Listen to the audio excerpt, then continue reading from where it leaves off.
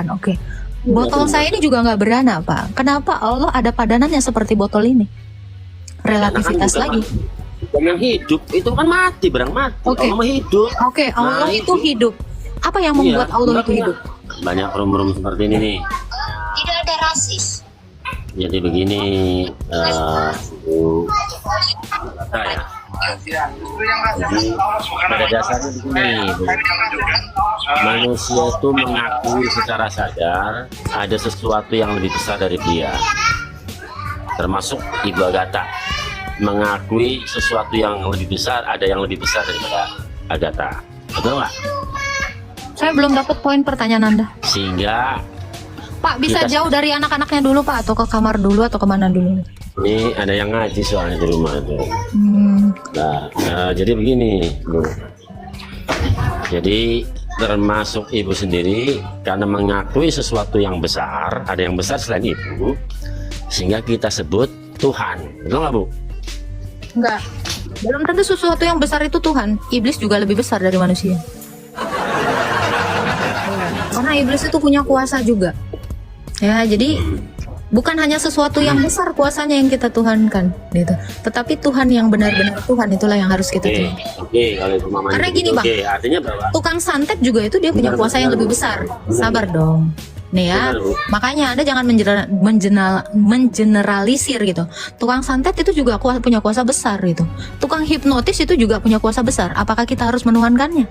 Kan tidak demikian. Ini kalau kita secara rasional berpikir gitu. Jadi nggak semua yang punya kuasa besar itu adalah Tuhan. Bahkan ada juga yang Tuhan tidak punya kuasa sama sekali. Itu juga kita akui sebagai apa? Iblis yang manipulatif. Sebenarnya dia tidak punya kuasa, tetapi mengaku-ngaku berkuasa. Itu adalah manipulasi. Itu Bang Ajis. Silakan Bang Ajis. Yesus Kristus sebagai Tuhan itu karena Ibu menganggap Yesus Kristus itu lebih besar daripada Bukan. Ibu, kan? Betul? Bukan, lebih dari itu, dia bisa bangkit dari kematian dan bisa membangkitkan itulah. orang mati. Itulah. Itulah Kenapa? sesuatu yang luar Sabar biasa. dong, ini saya jawab dulu dong. Saya nggak mau hanya asal-asalan gitu. Jadi kenapa saya menuhankan Yesus? Bukan karena dia lebih besar. Kita tahu Allah itu lebih besar dari segala-galanya. Ya, tetapi lebih dari itu adalah dia membuktikan kekuasaannya itu di depan mata manusia. Nah itu. Jadi kalau sekedar besar aja itu begu ganjang juga besar. Tapi apakah dia Tuhan? Tidak. Saya menuhankan Yesus itu bukan karena dia besar, tetapi dia benar-benar kuasa dan kuasanya itu nyata. Itu Bang. Iya begu ganjang. Nah itu. Tuh setannya orang Karo ya kalau nggak salah ya. Setan-setan Karo gitu. Nah itu karena dulu tuh banyak yang sering typing namanya begu ganjang. Akhirnya Romo saya menjelaskan apa itu begu ganjang. Genderuwo gitu. Nah. Ya artinya disitulah. Jadi ya. Jadi begini Bu, perbedaan Muslim dengan Kristen, pengikut Kristen ya. Satu ya adalah kita penganut monoteis, sementara Kristen penganut Trinitas. Nggak bakal bisa nyambung Bu. Trinitas itu juga monoteis, satu Allah. 1 Korintus 8 ayat 6. Namanya Orang juga Kristen lah beda. justru yang Allahnya satu. Kalau orang Islam itu banyak. Coba. Masa Iya dong. Nggak Kenapa bisa. Allah menyebut dirinya kami? Ada berapa Allah? itu bahasa itu Bu. Loh, coba Itu Anda bahasa. secara logika kami itu jamak atau tunggal, Pak? Itu bahasa itu. Iya, saya nggak nanya bahasa. Kami itu gimana menurut Anda? Besarnya kami. Hah? Ya dikatakan dalam surat Al-Ikhlas, Qul huwallahu ahad. Itu jelas itu ayatnya. Apa ahad? Apa ahad? Ahad itu tunggal, esa, nggak ada lagi. Loh, ahad itu kok esa sih? Silakan cari di Tuh. ahad itu esa, Oke, esa itu artinya apa? tunggal. Esa itu bahasa Sanskrit. Kalau tunggal itu bahasa juga Indonesia. Jadi kalau esa itu apa? Esa itu, ya kalau oke lah kalau kita ibu bisa mengenal. Bilangnya ahad, ahad itu tunggal, nggak ada yang lain. Tunggal itu satu bukan? Ya jelas dong, Oke. satu-satunya nggak ada. Kalau yang wahid lain. itu apa? Wahid itu untuk wahid itu masih ada kesatuan, wahid juga bisa kesatuan. Justru esa itu kesatuan. Kalau wahid itu satu. Bu, wahid itu bahasa Arab yang tasrifannya. Kalau ehad itu bahasa apa? Ahad itu bahasa Arab. Ahad itu bahasa Arab. Artinya? Tunggal. Oke, kalau wahid itu bahasa apa? Wahid itu asal akar katanya dari ahad. Wahid ke ahad. Artinya apa? Wahid. Kalau ibu belajar bahasa Arab, ya ibu bahasa Arab tuh. Itu ibarat ke bahasa Inggris, Bu. Misalnya datang, come, tapi datang verb yang kedua, came, yang past tense. Kan seperti itu, Bu. Oke, jadi kalau wahid itu apa? Asal katanya dari ahad. Ya, ahad artinya? Tunggal. Oke, kalau ahad artinya tunggal, wahid itu bentuk jamak dari tunggal apa? Bukan. Kan wahid itu bisa kesatuan. Kesatuan itu bukan berarti satu, Bu. Oh, jadi Allah bukan satu? Iya, ahad itu Ya, kalau esa itu adalah kesatuan, berarti saya katakan ada sesuatu yang disatukan, kan gitu kan? Bahwa Allah itu satu, esa tunggal. Ibu mau ngomong-ngomong bukan satu. Saya sudah akan nyatakan dengan tegas bahwa Allah itu tunggal. Lah sementara Oke, Trinitas. sebentar Ya. Pak. Kita kasih contoh ya. Kita masuk ke aku bilang relativitas ya. Saya tanya, kita bicara tentang relativitas ya. Saya tanya, ini berapa? Itu satu. Wahid nggak? Ya satu tuh, ya wahid. Karena memang mungkin ada bandingannya itu, Bu. Oke, ada nggak yang sama seperti ini? Ya ada, karena ibu kan belanja di pasar banyak loh. Oke, ini satu yang ada di pasar-pasar. Oke, ini ada satu yang di pasar-pasar. Kalau Allah itu satu yang seperti apa? Itu enggak ahad, nggak ada lain. Nah, kalau Nah, gitu ayat Allah itu ini. satu yang seperti apa? Lam yalid wa lam yulad, tidak diperanakan dan tidak mempunyai anak. Oke, ini juga tidak beranak, Walam Pak. yakul lahu kufuwan ahad, dan tidak serupa dengan makhluk. Oke, kan tidak beranak kan? Oke, ini beranak nggak Pak? Tidak. Ini bisa beranak nggak Pak? Ini bisa beranak nggak? Ya, tapi ada padanannya itu mah kalau begitu mah. Loh, ini juga tidak bisa beranak. Kenapa Allah punya padanan seperti botol saya nggak bisa beranak? Itu bukan ahad, makanya saya nggak sebut ahad. Ahad itu benar-benar tunggal. Tadi kata Bapak, lam yalid wa lam yulad ya. Allah itu tidak beranak dan tidak diperanakkan. Oke. Botol saya ini juga nggak beranak, Pak. Kenapa Allah ada padanannya seperti botol ini? Relativitas lagi. Dan yang hidup itu kan mati, berang mati. Oke. Allah mah hidup. Oke, Allah itu hidup. Apa yang membuat Iya, Allah itu iya. hidup?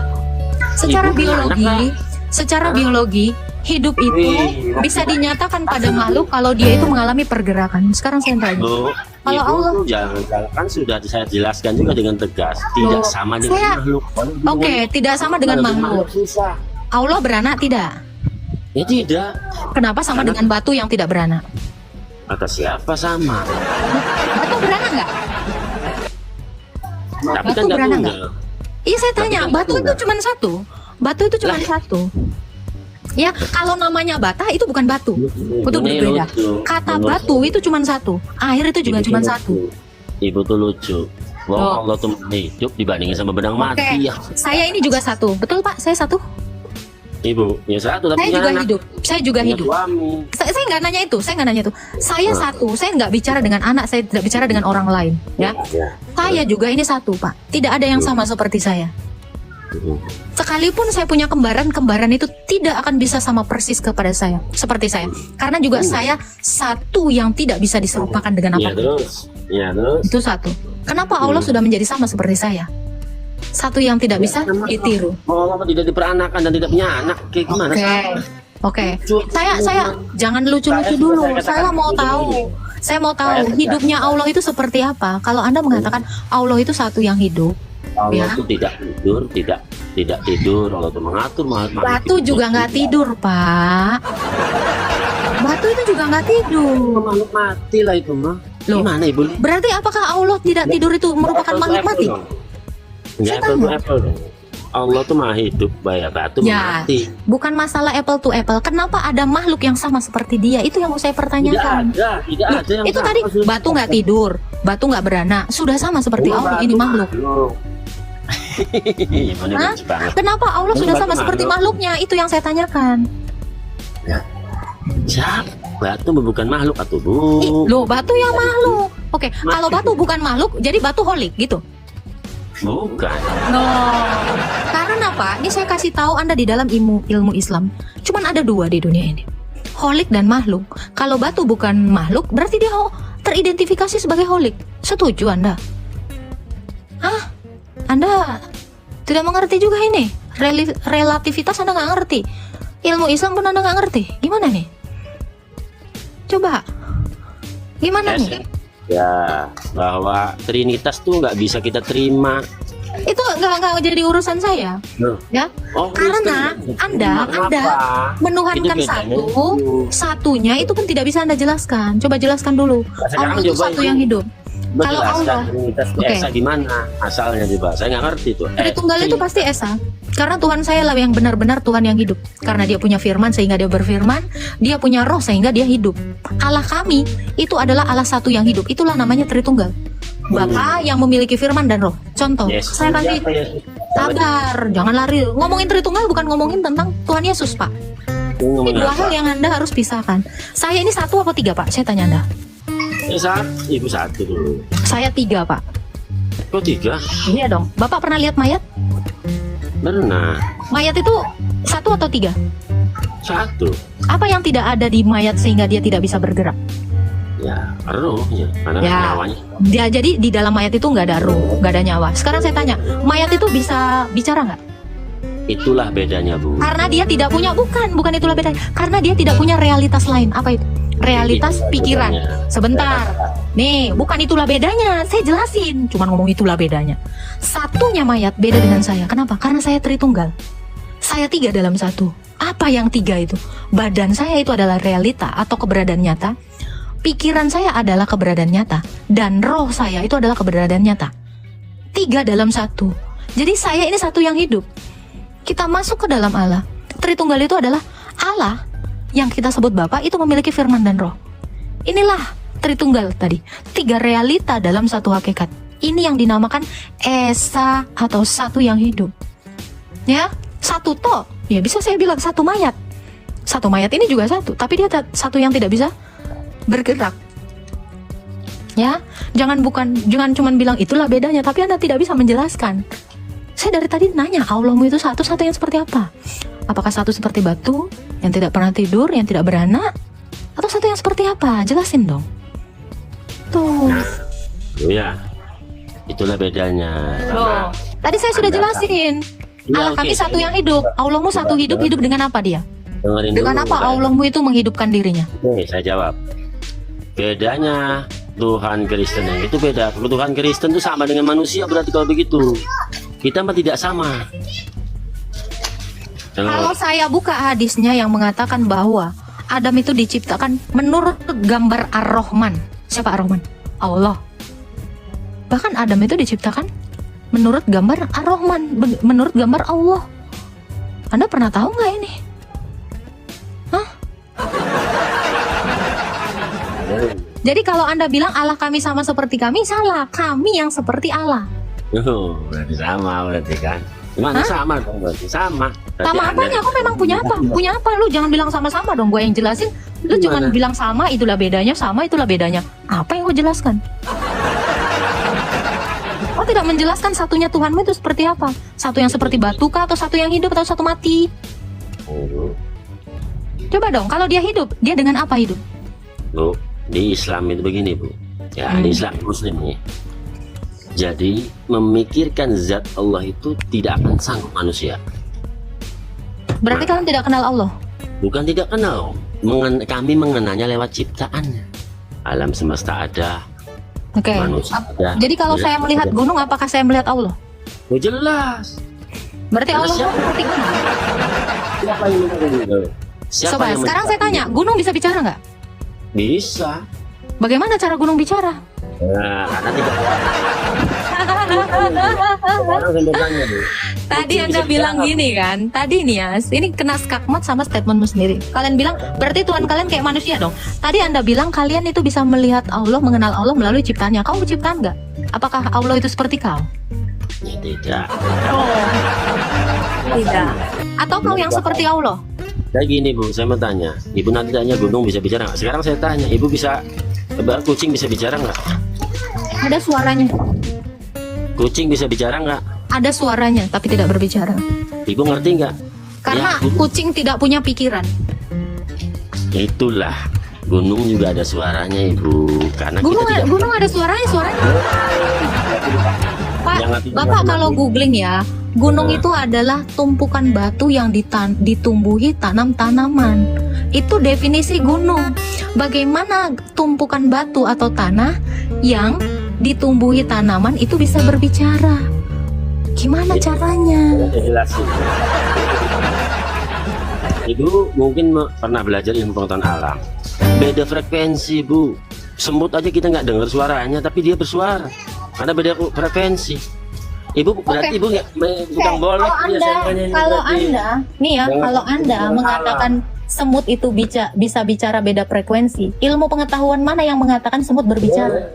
Semut Bu. hanya mengirimkan sinyal-sinyal dari zat kimia ini untuk membau, untuk berkomunikasi dengan semut lainnya. Dia tidak mengeluarkan suara, tidak. Bahkan dia tidak memiliki frekuensi apapun ya. Makanya kemarin saya satir di dalam Agak Tahu Palermo 6, semut itu ngomong ya, inna kayak si Mama Gupron gue bikin ya. Semut itu berbicara atau berkomunikasi dengan semut lainnya itu melalui zat kimia yang dia keluarkan dari dalam tubuhnya. Mau kamu bilang beda frekuensi, semut itu memang nggak ngobrol, ngerti? Hah? Ya, maaf. Itu secara pengetahuan alamnya sangat menurut saya perlu belajar lagi pengetahuan alam IPA ya. Karena kita pernah belajar makhluk tuh berbeda frekuensi sehingga kita tidak mendengar. Jadi Pak, saya jelaskan secara materi teologi. Semut itu dia hidup, atau binatang itu hidup, tetapi binatang tidak memiliki pikiran. Dia punya daging atau badan atau tubuh, tetapi dia tidak punya pikiran. Bahkan semut itu juga tidak punya roh. Puncak dari ciptaan Allah itu adalah manusia. Manusia adalah mahkota dari segala ciptaan, karena manusia itu diciptakan menurut gambar dan rupa Allah. Sementara binatang itu tidak demikian. Jadi Anda juga tidak tahu bedanya binatang atau hewan dengan manusia secara teologi, apalagi secara ilmu pengetahuan. Tadi Ibu mengatakan mayat itu mati karena tidak ada roh. Nah sekarang semut hidup, kalau semut mati nggak ada rohnya atau bagaimana itu? Emang Ini tidak gimana? memiliki roh? Nggak konsekuens menurut saya, nggak apa sih? Karena manusia itu yang diciptakan segambar dengan Allah. Sekarang kalau semut mati, kenapa semut Semut itu mati? tidak tritunggal, Pak. Semut itu kenapa mati? Nggak ada Dia rohnya memang apa? diciptakan untuk dikuasai oleh manusia. Iya, Jadi sekarang kalau kenapa? Anda, Kalau semut secara biologi saya juga bisa menjawab kenapa semut mati, seleksi alam. Tapi secara teologi, semua hewan itu diciptakan untuk dikuasai oleh manusia. Ini ada ayatnya. Baik Iya. secara biologi maupun secara teologi saya bisa menjawab. Hewan tuh punya ruh enggak? Nggak ada. Waduh. Jadi hidupnya Nggak kenapa? Nah, hidup Dia karena hidup. apa itu? Hewan hidup karena memiliki darah. Jangan Anda salah, semut juga punya darah, warnanya hijau atau kekuningan. Karena Anda punya belum tahunya. darah, Jadi punya roh. ada nyawa di dalam darah hewan. Ini secara teologi dan secara pengetahuan alam pun ini bisa saya jelaskan. Ya. Jadi jangan katakan hostnya halu. Kalian juga perlu belajar. Itu saja. Jadi hewan ini diciptakan apa? Untuk manusia. Semua hewan ini diciptakan dan diperuntukkan untuk manusia, untuk dikuasai, dalilnya ya. Ya. Berkuasalah atas burung-burung di laut, atas ternak-ternak dan atas seluruh hewan-hewan yang melata di bumi ini. Manusia sepakat di Islam. Ntar, kalian itu di bawah ya. Kalian itu tidak punya ilmu pengetahuan sama sekali. Bahkan di dalam penciptaan pun Tuhan kalian tuh nggak bisa ngejelasin ini. Ya. Saya kasih tahu, bahkan ini untuk teman-teman Kristen juga. Jadi karena kasihlah Allah itu menciptakan manusia. Wujud dari kasih Allah sebelum dia menciptakan manusia adalah apa? Tuhan itu menyediakan dulu tempatnya, bumi, langit dan bumi. Lalu diciptakannya cakrawala, benda-benda penerang. Diciptakannya itu hewan-hewan, tumbuhan itu untuk apa? Semuanya itu untuk manusia. Kenapa? Karena manusia itu adalah ciptaan yang paling mulia yang dia ciptakan menurut gambar dan rupanya. Supaya respon kasih Allah yang diberikan kepada manusia ini bisa diterima oleh manusia, makanya manusia itu juga dikasih pikiran. Makanya kenapa manusia Mau kalian beragama ataupun tidak, kalian akan mengucapkan syukur atas apa yang diberikan Allah kepadamu, termasuk ladang, termasuk tumbuhan, apapun pohon itu. Kenapa? Karena memang Allah menyediakan itu untuk kita semua. Itu adalah bukti cinta kasih Allah kepada kita. Ini yang tidak akan bisa dijelaskan oleh yang di sana. Ini semua berdalil. Ini semua berdalil. Jadi kenapa Allah itu menciptakan manusia? Karena Allah ingin membagi kasihnya. Salah satu bukti Allah mengasihi kita adalah dengan cara apa? Dia memberikan segala ciptaan itu untuk kita kuasai. Jangan bilang halu. Nih dalilnya. Kejadian 1 ayat 26. Ini luar biasa sekali. Makanya saya bilang, kalian tuh kalau mau belajar makrifat itu di Alkitab semuanya. Nggak ada yang nggak bisa dijawab. Nih, berfirmanlah Allah, baiklah kita menjadikan manusia menurut gambar dan rupa kita, supaya mereka berkuasa atas ikan-ikan di laut, burung-burung di udara, atas ternak seluruh bumi, serta atas segala binatang yang melata di bumi. Ini Allah itu sudah menunjukkan cintanya kepada manusia, bahkan sebelum manusia itu diciptakan. Jadi kenapa manusia itu mati? Karena dia memang dihadiahkan Allah untuk kita kuasai secara biologi. Hewan itu mati karena seleksi alam. Terlalu bagus. Ya, manusia itu bertahan hidup, perlu bertahan hidup, makanya manusia itu berburu. Lagi-lagi ini adalah rantai makanan. Belajar biologi dong. Rantai makanan. Ini. Manusia itu bertahan hidup. Itu ya, saya turunkan Pak Ajis karena Pak Ajis memang gak kompeten dalam imannya maupun dalam ilmu pengetahuan umum. Oke? Lebih teliti kita memperhatikan apa yang telah kita dengar, supaya kita jangan hanya di bawah arus.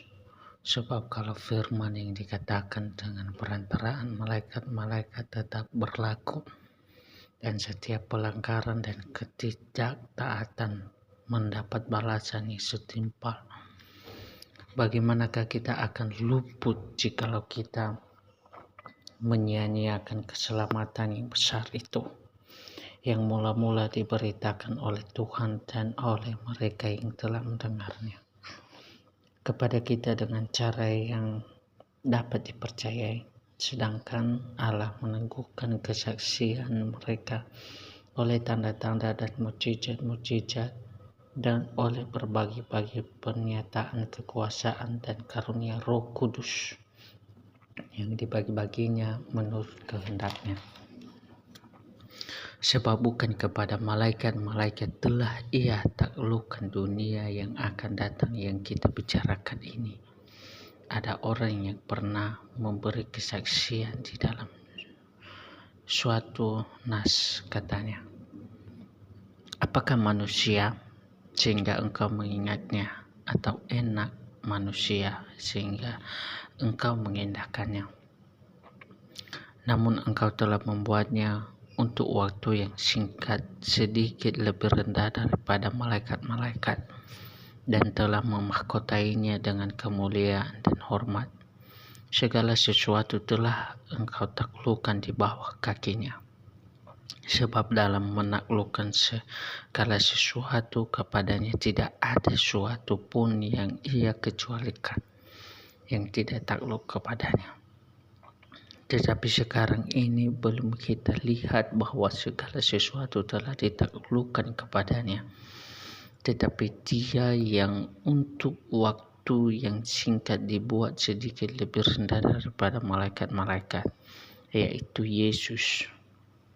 Kita lihat yang oleh karena penderitaan maut dimahkotai dengan kemuliaan dan hormat, supaya oleh kasih karunia Allah ia mengalami maut bagi semua manusia. Sebab memang sesuai dengan keadaan Allah yang baginya dan olehnya segala sesuatu dijadikan, yaitu Allah yang membawa banyak orang kepada kemuliaan, juga menyempurnakan Yesus yang memimpin mereka kepada keselamatan dengan penderitaan. Sebab ia menguduskan, dan mereka yang dikuduskan, mereka semua berasal dari satu. Itulah sebabnya ia tidak malu menyebut mereka saudara. Katanya, aku akan memberitakan namamu kepada saudara-saudaraku dan memuji-muji Engkau di tengah-tengah jemaat. Dan lagi aku akan menaruh kepercayaan kepadanya, dan lagi sesungguhnya inilah aku dan anak-anak yang telah diberikan Allah kepadaku. Karena anak-anak itu adalah anak-anak dari darah dan daging, maka ia juga menjadi sama dengan mereka dan mendapat bagian dalam keadaan mereka. Supaya oleh kematiannya ia memusnahkan dia, yaitu iblis yang berkuasa atas maut. Dan supaya dengan jalan demikian ia membebaskan mereka seumur hidupnya berada dalam penghambaan oleh karena takutnya kepada maut. Sebab sesungguhnya bukan malaikat-malaikat yang kasihani, tetapi keturunan Abraham yang ia kasihani. Itulah sebabnya maka dalam segala hal ia harus disamakan dengan saudara-saudaranya, supaya ia menjadi imam besar yang menaruh belas kasihan dan yang setia kepada Allah untuk menamaikan dosa seluruh bangsa. Sebab karena ia sendiri telah menderita karena pencobaan, maka ia dapat menolong mereka yang dicobai. Sebab itu, hai saudara-saudara yang kudus, yang dapat bagian dalam panggilan surgawi, pandanglah kepada Rasul dan Imam besar yang kita akui, yaitu Yesus, yang setia kepada Dia yang telah menetapkannya, sebagaimana Musa pun setia dalam segenap rumahnya. Sebab ia dipandang layak mendapat kemuliaan lebih besar daripada Musa, sama seperti ahli bangunan lebih dihormati daripada rumah yang dibangunnya. Sebab setiap rumah dibangun oleh seorang ahli bangunan, tetapi ahli bangunan segala sesuatu ialah Allah. Dan Musa memang setia dalam segenap rumah Allah sebagai pelayan untuk memberi kesaksian tentang apa yang akan diberitakan kemudian. Tetapi Kristus setia bagi anak yang menggepalai rumahnya, dan rumahnya ialah kita. Jika kita sampai kepada akhirnya teguh berpegang pada kepercayaan dan pengharapan yang kita megahkan.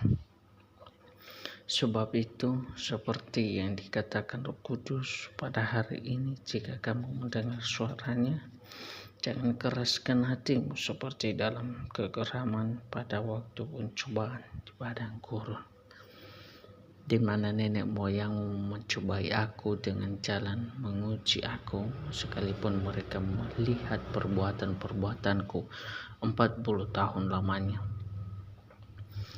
Itulah sebabnya aku murka kepada angkatan itu dan berkata, selalu mereka sesat hati dan mereka tidak mengenal jalanku, sehingga aku bersumpah dalam murkaku, mereka takkan masuk ke tempat perhatianku.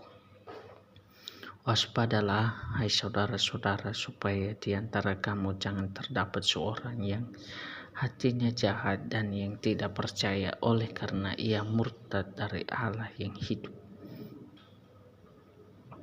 Tetapi nasihatilah seorang akan yang lain setiap hari selama masih dapat dikatakan hari ini, supaya jangan ada di antara kamu yang menjadi tegar hatinya karena tipu daya dosa. Karena kita telah beroleh bagian di dalam Kristus, asal saja kita teguh berpegang sampai kepada akhirnya, pada keyakinan iman kita yang mula semula. Tetapi apabila pernah dikatakan pada hari ini, jika kamu mendengar suaranya, janganlah keraskan hatimu seperti dalam kegeraman. Siapakah mereka yang membangkitkan amarah Allah, sekalipun mereka mendengar suaranya? Bukankah mereka semua yang keluar dari Mesir di bawah pimpinan Musa?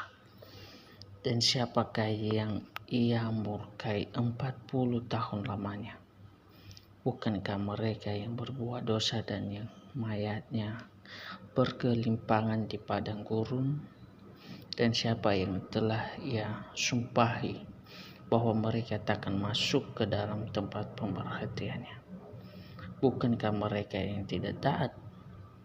Demikianlah kita lihat bahwa mereka tidak dapat masuk oleh karena ketidakpercayaan mereka. Sebab itu, baiklah kita waspada supaya jangan ada seorang di antara kamu yang dianggap ketinggalan, sekalipun janji akan masuk ke dalam perhatiannya masih berlaku. Karena kepada kita beritakan juga kabar kesukaan sama seperti kepada mereka, tetapi firman pemberitaan itu tidak berguna bagi mereka, karena tidak tumbuh bersama-sama oleh iman dengan mereka yang mendengarnya. Sebab kita yang beriman akan masuk ke tempat pemberhentian seperti yang ia katakan, sehingga aku bersumpah dalam murkaku, mereka takkan masuk ke tempat perhentianku. Sekalipun pekerjaannya sudah selesai sejak dunia dijadikan. Sebab tentang hari ketujuh pernah dikatakan di dalam suatu nas, dan Allah berhenti pada hari ketujuh dari segala pekerjaannya. Dan dalam nas itu kita baca, mereka takkan masuk ke tempat perhentianku. Jadi sudah jelas bahwa ada sejumlah orang akan masuk ke tempat perhentian itu, sedangkan mereka yang kepadanya lebih dahulu diberitakan kabar kesukaan itu tidak masuk karena ketidaktaatan mereka. Sebab itu ia menetapkan pula suatu hari, yaitu hari ini, ketika ia setelah sekian lama berfirman dengan perantaraan Daud seperti dikatakan di nas, pada hari ini jika kamu mendengar suaranya, janganlah keraskan hatimu. Sebab andai kata Yosua telah membawa mereka masuk ke tempat perhentian, pasti Allah tidak akan berkata-kata kemudian tentang suatu hari lain. Jadi masih tersedia suatu hari perhentian, hari ketujuh bagi umat Allah. Sebab barang siapa telah masuk ke tempat perhentiannya, ia sendiri telah berhenti dari segala pekerjaannya, sama seperti Allah berhenti dari pekerjaannya. Karena itu baiklah kita